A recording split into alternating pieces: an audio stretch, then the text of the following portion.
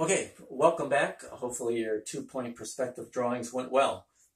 I'm going to show you one very last thing. It'll only take a few minutes. I want to just touch upon 3-point perspective and how it's a little different. So as you all draw along, like we've done before, this time I'm going to put your horizon line a little higher. And so all of you put a horizon line in there. On the horizon line is what we're going to do is put a central vanishing point here. So central vanishing point. And we're going to put a left vanishing point and a right vanishing point here. So now we've got those three. But now this is 3-point perspective. That means there's a third point. I'm going to say the left is 1 point. This is our second point. Now, what we're going to do is start our object. I'm going to start it trying to decide how I want to do it. I'm going to put my object right about here. And as you follow along, you can do the same. So this is central vanishing point is always your field of vision. This is a little to the left of it, a little bit to the right of it. So I'm going to start the corner of this object there. So on 1-point perspective, we started our object with a plane, if you remember. 2-point perspective, this is the 1 point. 2-point perspective, we started with a corner because both planes converged. Nothing was parallel. This is 1 plane parallel. 3-point perspective, you start with a point. Okay, so 3-point perspective, you start with a point. That's my object. 2-point perspective, we started with a line because it was the corner of 2 planes, right? Because both planes went into space. This is parallel. So this is a language we're drawing with, 2-point perspective. Went this way, 2 angles, because nothing's parallel. This, only 1 plane is parallel. This, there is nothing parallel. It's all converging, okay? So, what happens is our third point, since I'm going to do this like I'm looking down, my third point would be way down to the bottom. Okay, now you would take it to the bottom of your piece of paper. Okay, so this is our third point. So now we've got 1, 2, and 3. This whole process begins. Is what we're going to do is draw a little birdhouse. So you connect the dots. So this is going to go to my third vanishing point. This is going to connect this way. And of course, we're going to connect this one this way. Okay. Now, 3-point perspective is good to understand. In figure drawing, we use it all the time because everything's converging. Legs you're looking down on, arms are going down or out, heads even are above or below. So we're always dealing with this system. So you want to pay attention to it. So this is where our birdhouse is going to be. Like 2-point perspective, we're going to decide how wide it's going to be. So I'm going to keep this side narrower. So I'm going to make this here. So I'm going to say the side of my box is going to be here. This side of it, I'm going to make it just a little bit wider. And so I'm going to say it's going to be here. Okay. So I'm going to maybe shrink this a little more, just so there's a noticeable difference between these two. Now, we're looking down at this. On all of these lines will always remain vertical. Vertical, vertical. Here, no longer vertical. These sides now converge to our third point. So now take this edge and converge it. Take this edge and converge it. All the way to your third vanishing point.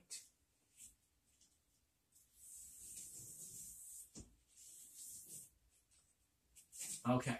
So now we've got our lines of the side of the birdhouse, and we've got them no longer vertical because we're trying to give the illusion that we're looking down.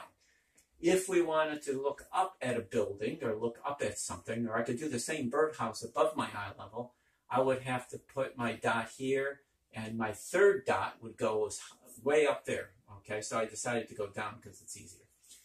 So we have to decide how low is this birdhouse. And so I'm going to put it about here. So I'm going to make a mark there saying this is the bottom of that birdhouse. And then is what we're going to do is converge that point, like the 2-point perspective box. Remember, these are at an angle. Now this is the same way. So this is converging this way.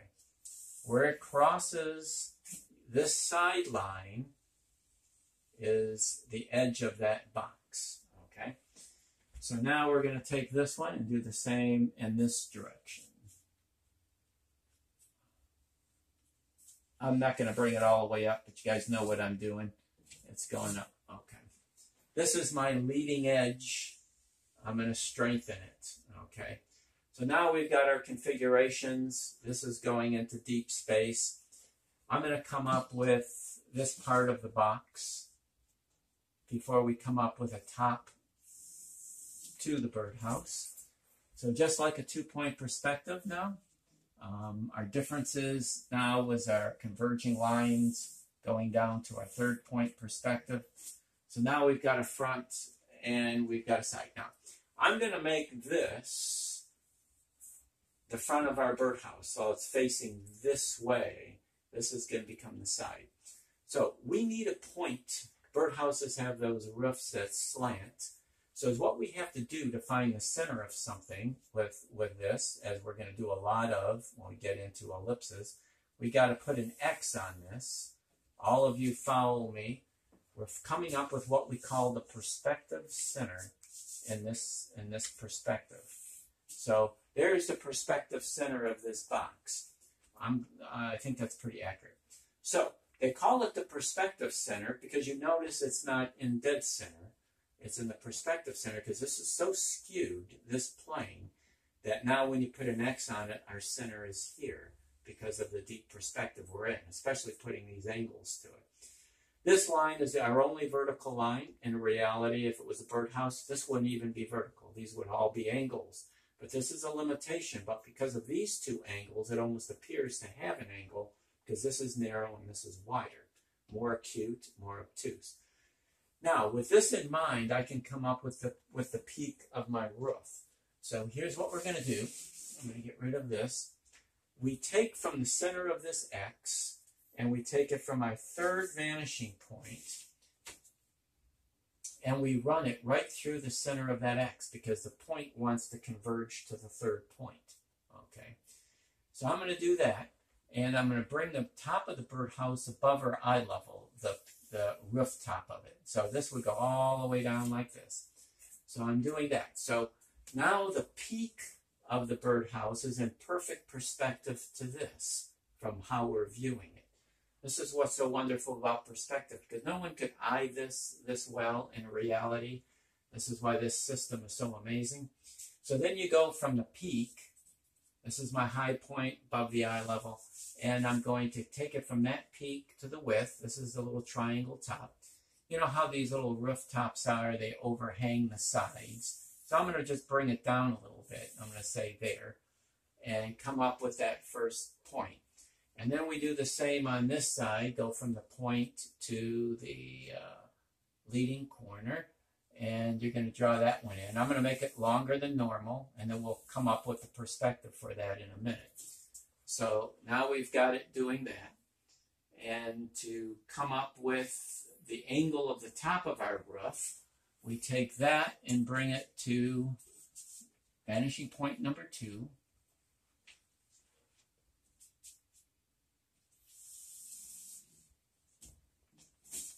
So now we've got that. To simplify all of this, I'm going to edit these lines in there so it just looks better. Now, this angle is accurate, so now we take this angle and transfer it to this corner. And where it crosses our rooftop is where it will be, okay? So now that's in there. This line's not going to matter pretty soon. So now we want to get how far this perspective is back in light of this one. So you take the one that's closest, just like in coming up with the flaps on a box. And you connect it here. I'm going to keep it real long like that, I think. And then angle that. So that's going to tell me where the other one is. So that one's going to there. So then that becomes our rooftop on that side. Now, to get this one in perspective to this one, we have to take this one and bring it to this vanishing point, and then this one on this side will go that low to there. Okay, so now just to clean this up a little bit so everybody can see it. So that goes that low. It's not the angle going back. That's just this angle to that angle works. So what I did is made an angle. It's real steep. Now to get this line here, because we see a little bit of it, you just have to bring it this way. So you're trying to figure out what vanishing point does it have to go to. And it's a parallel plane to this part of the roof, so we know it's got to go to that one. So now that little corner, that little flap of the rooftop is now in place. Okay. So that begins our birdhouse. That's in three-point perspective. The last thing I'm going to show you on it is a little opening, because it's going to lead into where we're going to go in our next class when we get into ellipses. So what I'm going to do is put an opening to it.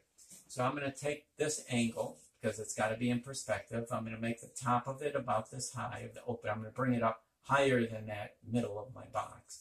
And I'm going to put a guideline like this. So bring that up there like that. And then do another one underneath. I'm just going to box in where the hole is going to be, where the bird would get into. So I'm going to put in another one, maybe, well, we'll make the hole kind of big just so it makes it, you can see it when I draw it. So there's our angle, because anything on this plane converges this way, just like when I drew the duck. Anything on his neck to the front of the bird always stayed to that angle. Everything has got to stay to this angle. It's the beautiful thing about perspective. When you lay something out in a box, when you start doing curves in there, you can always get them accurate. So anyways, that's that. Now I got to get the angle of this curve, because these lines are all going down. I can't box it out by doing a vertical any longer. So now I've got to go to my third vanishing point and come up with how wide this side will be. And I'm going to say about there. And I'm going to connect that. And then I'm going to try to keep it where it would be a little bit equal. I'm going to guess at this and say it's there. And so that's where the hole is going to be. I've got it boxed out. Now that plane is in perfect perspective to the front of the birdhouse. These angles correspond right to these angles. This angle corresponds to these angles. And again, that's what perspective is about. So then is what we're going to do is we're going to freehand an ellipse in there. There's ways of doing it very accurate. Is what we're going to do is touch these middles of these things, is I guess the easiest way to say it. I'm not going to break it all down just yet, so I'm just going to put a little ellipse, but we'll talk about these ellipses. So I'm going to do that. So now that ellipse I just put in there is in perfect perspective to that house.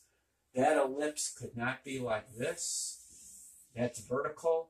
That would totally deny the angle of its perspective. So through a plane, I can get the exact feel for the exact perspective for whatever we're doing. Like I said, in figure drawing, this happens all the time with arms and legs and all of that. This could go further. We could do a transparent bottom, and I could put a pole on it and let it converge down, but I'm going to leave it like this. With our three-point perspective, I just wanted to show you a little bit about it so you can think about it. In the class, we won't be using it much.